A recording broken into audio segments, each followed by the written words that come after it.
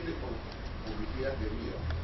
Publicidad debida es lo que en términos de Indecopi en sus precedentes y en temas de protección al consumidor se llama la información relevante. Es decir, aquí hay información sin la cual un consumidor no puede tomar una decisión eficiente. Por ejemplo, si yo voy a comprar un auto de segunda mano, una cosa que me tiene que informar el vendedor es si ese auto, por ejemplo, ha tenido choques. O, por ejemplo, si ha tenido una bajada de motor. O sea, las condiciones del auto. Por ejemplo, si es que ese auto no es a gasolina, sino es a gas, ¿no? O utiliza algún tipo de combustible especial. Son consideraciones respecto de las cuales el proveedor debe informar al consumidor porque se considera relevante para la contratación. En el otro sentido, el proveedor no le tiene que informar al consumidor los aspectos técnicos de la fabricación del auto. Tampoco le va a informar aspectos, digamos, de principios físicos sobre los cuales el auto ha sido fabricado. ¿Por qué? Porque es información excesiva que no le interesa al consumidor y no es relevante para su decisión de compra. Eso es. La sola inclusión del convenio arbitral dentro del contrato cumple para... Si se incluye el convenio arbitral y eso está manifiestamente presente en el contrato, está puesto en el contrato, está cumpliendo con el requisito. Ahora, como pasa a veces, si el consumidor después reniega de lo que firmó porque no lo leyó, es su problema. Por eso esta moraleja de que lea primero antes de firmar es básico, porque si yo firmo sin leer y después despotrico porque la tasa de interés es muy alta o porque me están estableciendo garantías que no había visto, bueno, es tu problema por sonso, por firmar sin leer. Entonces ahí hay que tener un equilibrio y un justo medio entre lo que es un consumidor razonable y un proveedor que informa. Sí. Si en ese contrato las letras son demasiado pequeñas o hay una... Ahí también, justamente hay también pronunciamientos del Indecopi en el sentido de lo que son los tamaños y los tipos de letra que deben contener. Claro, o sea, antes había esta mala praxis que te ponían unas letritas en punto 2 que tenías que tener vista así de, no sé, ¿no? Y no lo ibas a leer, claro. Ahí creo que la legislación ha mejorado mucho. Ahí sí Indecopi intervendría... Sí, Indecopi ha sancionado a empresas que han tenido esta mala praxis. Convenio arbitral estatutario, sí. Pero así uno lo lee, no puede hacer nada porque igual ya en este banco se requiere una buena tarjeta en el caso de los bancos. Se va a otro banco que le... Pero igualito, todos están son estándares. Entonces haber algo para poder en todo caso decirle a banco, tiene que ser algo que tiene que haber más competencia, más datos. Sobre En el Perú hay muy poco banco. sobre todo el tiempo que le dan a la persona. es igual porque todos tienen el mismo término.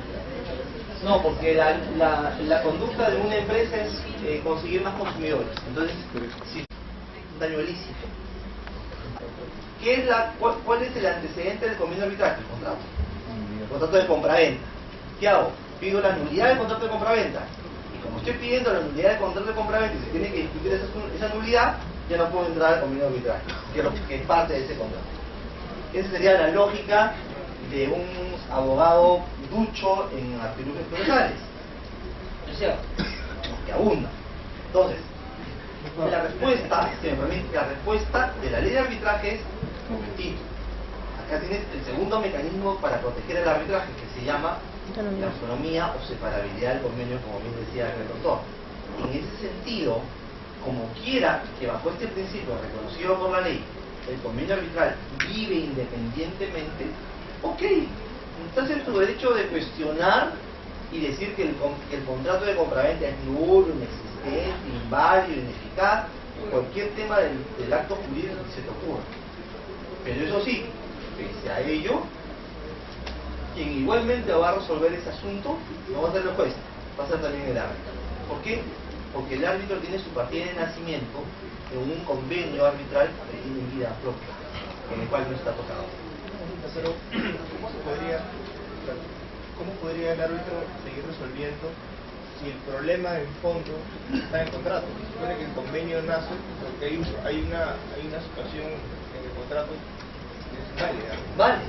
Vale tu comentario, pero también vale que el árbitro tiene competencia, porque hay un convenio arbitral que tiene vida propia y que su corazón sigue latiendo, por más que se esté atacando con muerte al contrato principal. ¿Qué va a decir el árbitro? Va a resolver. Y va a resolver diciendo, oye, el contrato de compraventa no es nulo, es válido, continúa el proceso.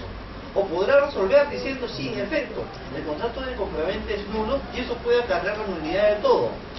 Pero más allá de la decisión, mi estimado amigo, más allá de la decisión, lo importante es quién la resuelve. Y la resuelve siempre el árbitro. Y con esto nos evitamos 24 años en la Corte Judicial.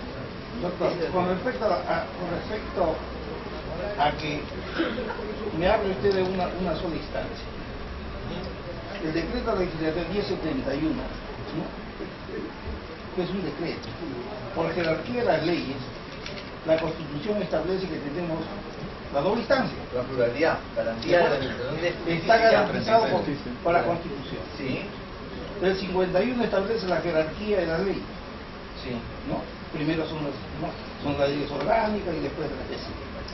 Bien, ante esto, ¿no? Yo puedo plantear una acción de amparo porque no estoy cumpliendo la doble instancia. No, ¿sabe por qué? Porque por suerte todavía existe en el Perú libertad. Y existe algo que se llama, sí, autonomía de voluntades. Dentro de mi libertad de contratar y mi libertad contractual, que además también está reconocida en la Constitución, dicho sea de paso, ¿no? Artículo 62 del régimen económico que a algunos tanto les asusta, ¿no? Está reconocida la libertad nuestra como ciudadanos de contratar lo que nos da la gana, y eso está bien y no debe cambiar desde mi punto de vista, porque somos seres humanos libres, ¿no? Entonces ahí está. Oye, yo consulto con el doctor o con la doctora y queremos que el proceso sea un arbitraje que tiene una única instancia y es un tema de derechos disponibles que no le competen al Estado, porque son derechos nuestros, contractuales, de nuestro business. Porque el Estado va a meter las narices, ¿no? Exactamente. Si yo quiero venderle mi carro, o el doctor o yo quiero comprar el carro del doctor, que es del año 70 a $40.000, es mi business. ¿Ya? Estaré loco, o de repente soy un coleccionista y justamente me interesa ese auto. Entonces, a lo que voy, mi estimado doctor, es lo siguiente: no debemos, y es un tema que a veces sí he visto que causa conmoción, no debemos preocuparnos porque el arbitraje tenga principios o reglas de juego distintas a lo que la justicia ordinaria tiene. La justicia ordinaria, está bien que existe, tenga sus reglas, es un instrumento distinto.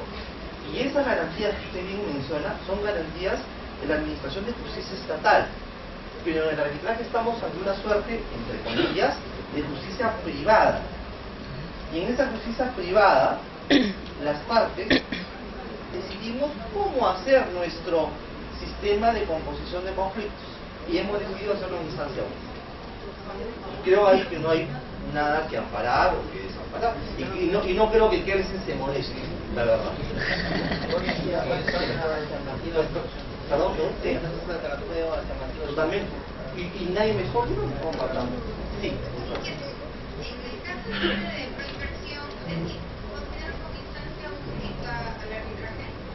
En el caso de inversiones,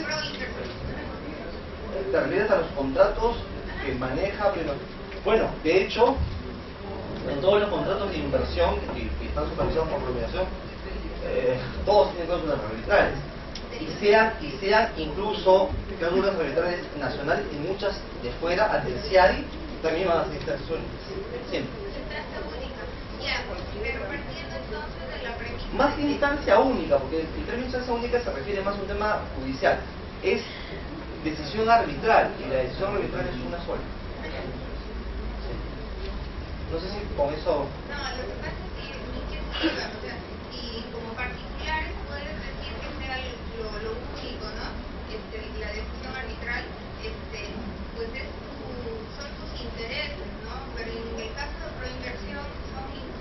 Ah, ¿te refieres a por qué el Estado, sea por inversión, sea el Ministerio, o sea la Municipalidad Distrital de San Isidro, decide eso? Como prerrogativa de que el laudo pueda ser revisado en vía judicial? Lo que pasa, doctora, es que si tú pones eso, no va a haber inversión.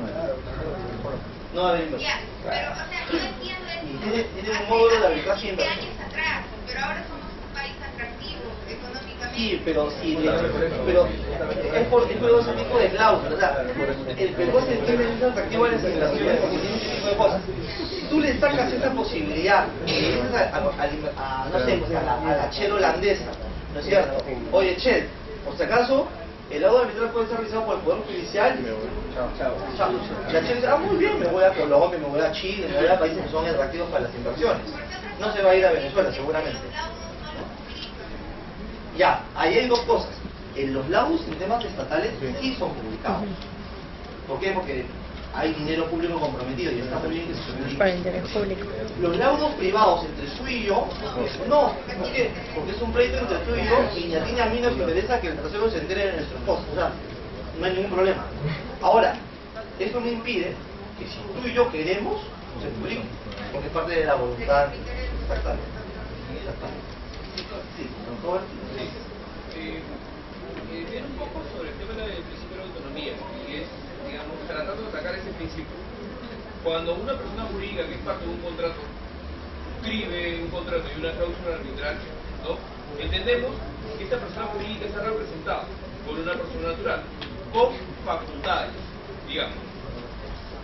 En las empresas, mayormente, cuando suscriben el contrato no tienen, digamos, no todas, pero una gran mayoría, no revisan sobre el tema de las facultades de las personas que suscriben. Hablemos si tienes gerente general, tienes gerente de operaciones, todo.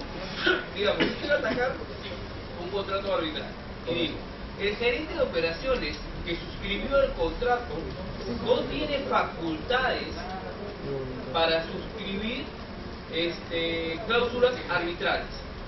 ¿Podría yo deducir una anulabilidad de ese contrato? Porque diciendo, es bien cierto, la empresa participó, pero no es una voluntad válida que el representante no tenía esa voluntad.